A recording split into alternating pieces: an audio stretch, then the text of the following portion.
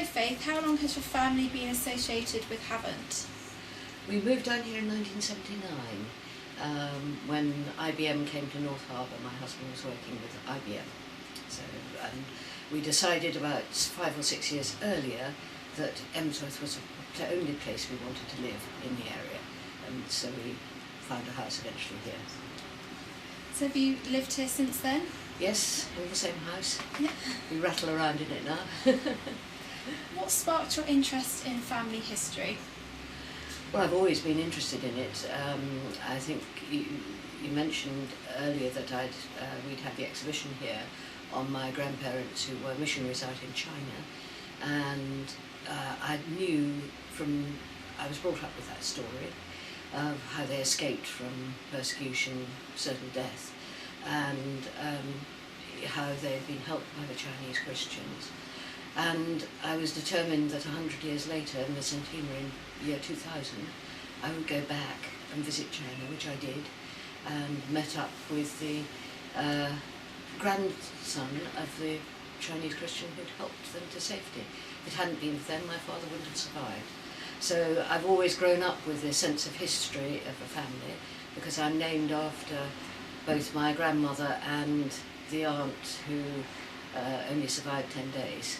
She died, my grandmother was pregnant on the journey they had, the awful journey, and baby Faith was born soon after they reached safety and did not survive for more than 10 days. So yes, good. Good. It's fascinating, you know, and if you ask people about how they got their names, there's usually a story there which relates to their family. Have you found any research which has stuck out in your memory? I think when I first came to Emsworth, I was involved with Scouts and the Remembrance Day service on the Sunday afternoon. It very nearly folded in. I became Group Scout leader, and that autumn the service wasn't run by the British Legion as it usually had been, and we took it over, the uniform groups took it over, and you became interested in Emsworth and the names that came up on the Roll of Honour time after time, from First World War to Second World War, and I became interested in that. I didn't have time to do any research, but one of our Scout leaders, John Forster, did quite a lot of research into them and found some extra people, and I know this has been carrying on. So, you know, it's astounding to think that in such a tiny village in World War I, over 100 men died in that First World War, and 10 of them, of course, in the Battle of Jutland service, which we'll be commemorating this year. It's lovely that I'm mayor this year and can actually commemorate this. And of course the Battle of the Somme, many died on both sides. It was absolutely terrible. But, yeah. So. What made you zero in on the Battle of the Somme? My father should have been going to Cambridge. He was born in 1895, just before they went out to China. And so he was in China as a little boy, came back. His mother by then was dead, my grandmother, and he was sent away to school, as many were, and he was due to go to Keys at Cambridge. He had a scholarship there, and of course the war started and he never went. He joined up instead and became a gunner in the Royal Artillery, and it opened his eyes to a new life and also what he wanted to do as a career. So he stayed as a full-time soldier for the rest of his career, retired in 1947, and he actually took the German surrender in Norway in 1945, which was the highlight of his career. So that was a good one. But so I'd always been brought up, so knowing that he'd been in the Somme, knowing that he'd been fighting out there, but it's only recently that my brother has typed up the transcript of his notes. He was just had about 4 or 5 little notebooks which he kept during that first years of the war until he was wounded in 1917. Because he never talked about the war. Like many men, he didn't talk. It was too painful, aroused too many memories. But he always had a very strong bond with the officers that he'd served out in France with. I know one of them came to my wedding in 1969, so that was a good long time afterwards. But you know, and they always had this very strong sense of comradeship because of what they've been through together. And this is what comes through in his diaries, is the most extraordinary divide between being on the front line. Of course, as a gunner, he wasn't on the front line, he was with the guns just slightly set back. But he was sort of there on the front line, and he went, they went back on regular sort of rest periods and he talks of going and having dinner in Abbeville, or going to the local, there was a big sort of headquarters in the local chateau, and you know, everything was normal. It was just like those Blackadder films where, you know, there they were back in the chateau with all the luxuries and everything else, and there were the poor soldiers in the trenches in mud and everything else, you know, with not very good food to eat if they were lucky, and you know, the contrast must have been amazing. But he seemed to just take it all in his stride from his diaries. I would love to have been able to talk to him properly about it, but he never would. I know he was wounded in 1917, but he got a military cross during the Somme for persisting in knocking out by their fire German machine gun emplacement, and they knocked that out, and it saved a lot of lives by knocking them out. But too many people died. It was an awful war. So, having read his diaries, is there anything that sticks out the most? I think I saw War Horse for the first time recently on the small screen, and it was things like the sort of care of the horses that were out there, because as gunners they had the horses which pulled the big guns, and I remember finding he had a little pocket diary with all the names of the horses that they had in the sort of stables behind the lines, and sort of what had happened to them. But he didn't go more than that, but it was the animals were very important to these gunners, and in fact it sparked in him a lifelong love of riding. And when he was out in India later on, you know, that was a great time he could ride. We've got pictures of my older brother, you know, aged about 18 months, sort of sat on this enormous horse, and yeah, it was a totally different sort of army that was between the wars and in the First World War. Very different. I mean, the impact of the soldiers dying. There'd been the Boer War, of course, before that, and when my grandparents were out in China, they had letters, which of course took weeks to get to them, about, you know, what was happening in the Boer War. Nothing like modern communications. They just didn't know, and there were sort of cousins and people like that who died. And of course, the other thing in those days was that there was no penicillin to help if they got an infection. We had a distant relative who was killed. I think he was knocked over by a lacrosse ball or something. He'd been playing lacrosse, and it you know, hit him, and he got an infection from it and died. And you know, it was such a totally different world. And the bits of a family that have disappeared as well. Somewhere in our house, dare I say, in the piles of books, I have a beautiful notebook which probably dates to about 1830, which was written by, I don't know, a great-great-great aunt of mine at that time, of what had happened to people that, or the family that she knew about. And there was one little bit about how Sidney Glover was sent out with letters patent to find the city of Sydney in Australia. Now, we never know what happened to him. There are, we think, sort of relatives out there. My brother's been doing some research.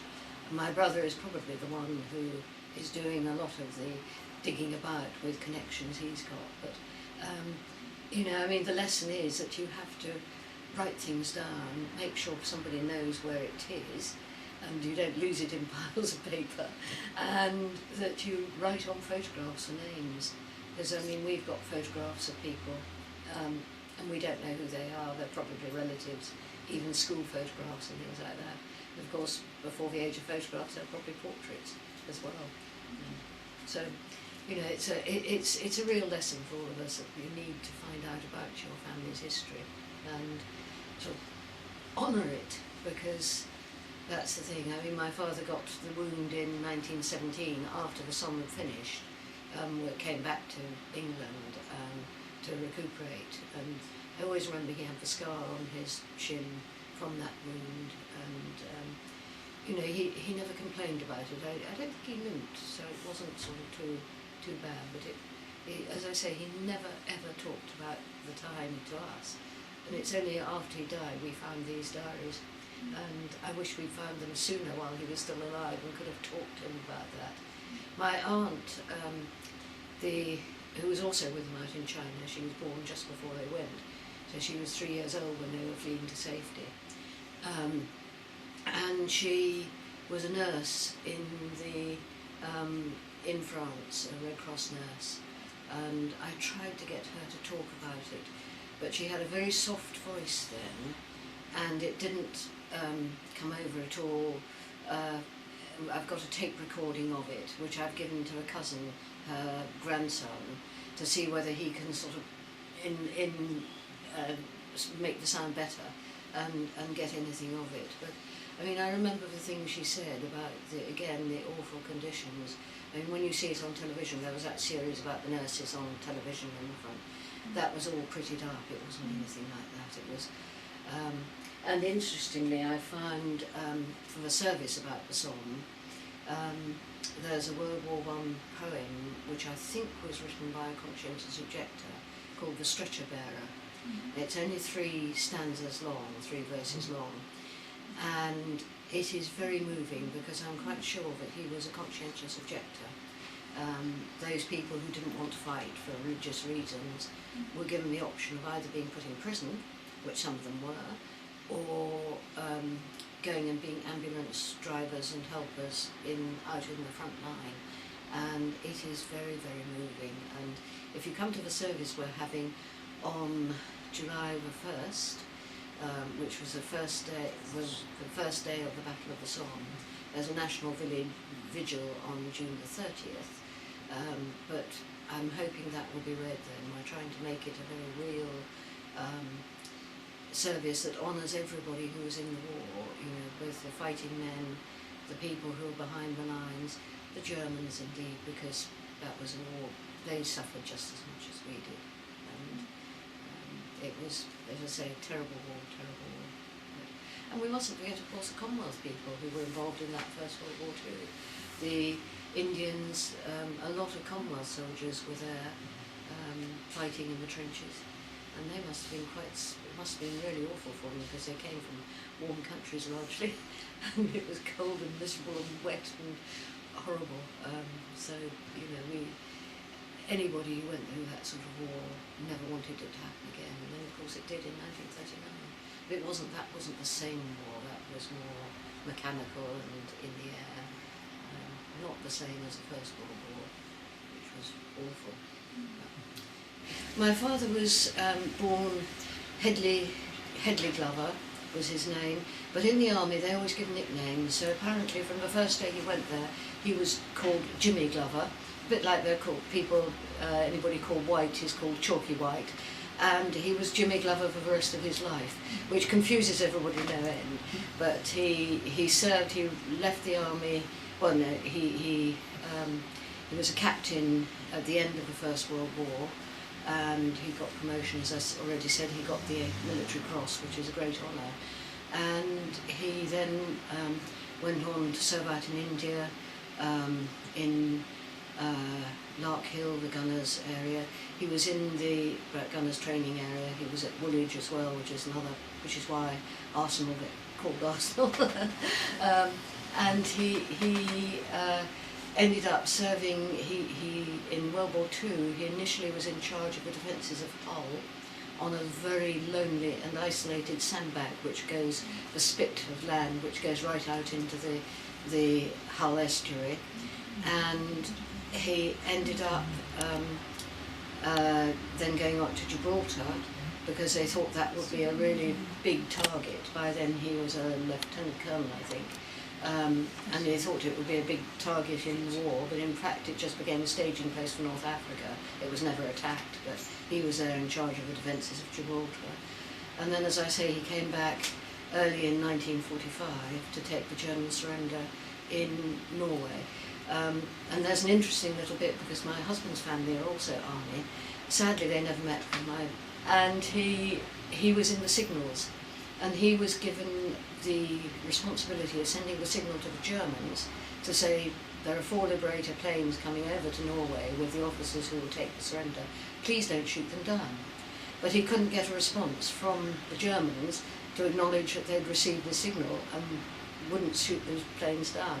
So he eventually, having tried all the channels that he could, he broadcast it on the BBC, and immediately got an acknowledgement from the Germans, no, they wouldn't shoot these Liberators down. And he actually sort of probably saved my father's life because of that. But he had a really dressing down from his commanding officer for going through the BBC. It's a lovely little link that we've got, you know, that they sort of met at a distance that was there.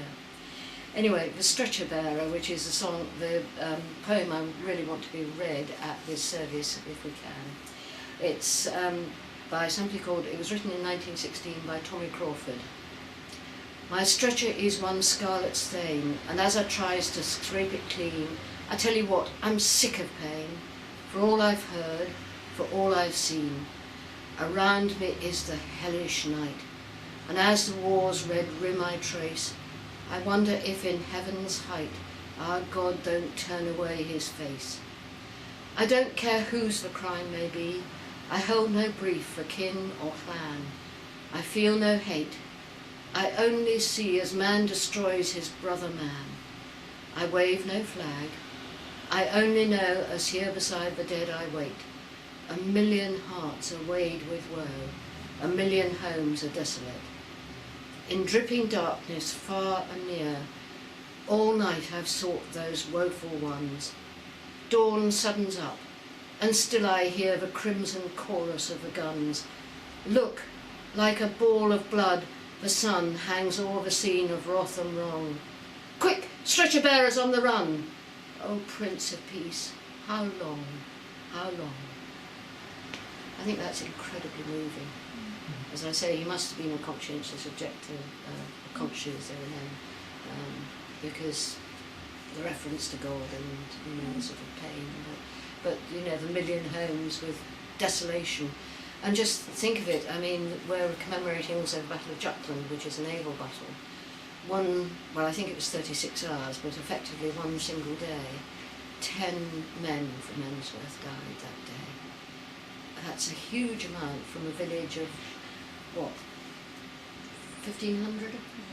I don't know what the numbers were, but it's a huge percentage. And 2 of them were brothers, the Kennett brothers.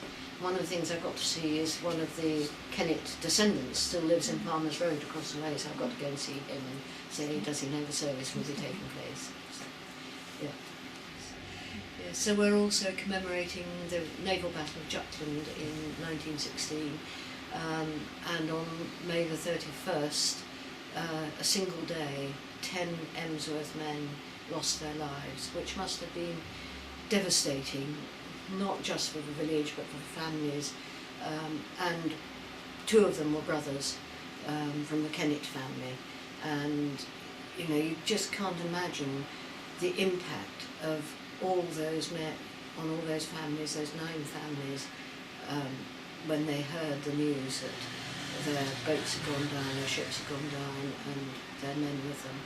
Because being a fishing village, of course, Emsworth had provided quite a lot of the naval recruits who joined up. And some of them were in the Navy anyway. They had been in the Navy for some years, but it was a massive battle. And again, huge loss of life for very little advantage. It wasn't a battle that was won or lost. A lot of deaths on both sides. The only impact it has was that the German fleet never left harbour again. The U-boats came out, but not the ships. and so that was the impact it had on the war from that end, the sea battles in the First World War after 1916 didn't take place anymore. Yes, I've never been out to the battlefields of the First World War, and it's one of the things that I want to do towards the end of my mayoral year in the spring of 1917. I haven't had time to organise it yet, but I'm hoping that I can get people who are experienced in leading these trips to organise a relatively inexpensive trip. It won't be at a charge to the council taxpayer. Won't be subsidised, I'm afraid. But I'm hoping we might be able to get the mayor of one of the towns, the mayor over there, my equivalent, to meet us all and talk about it, and talk about the impact it must have had on those towns, because again, the Somme, the whole of that western front was being fought over and back, to and fro the whole time, and there were many, the impact on the towns must have been enormous, the way the armies sort of ensconced themselves in the big houses, they relaxed in the restaurants, probably some of them even met young French girls, and I hope one might have felt romance even flowered there, but it was, sort of, again, a period that they have never forgotten, and they keep the memory alive, and I think that's very good that they do this. So I've got to, as I say, set up the trip and then advertise it and see who else wants to come with me and visit that, because there must be many other people in my situation whose parents or grandparents or uncles and aunts were fought in the Somme, but they've very few of them ever talked about it, and to actually sort of go back and see the fields and the poppies that were there would be very moving, I think.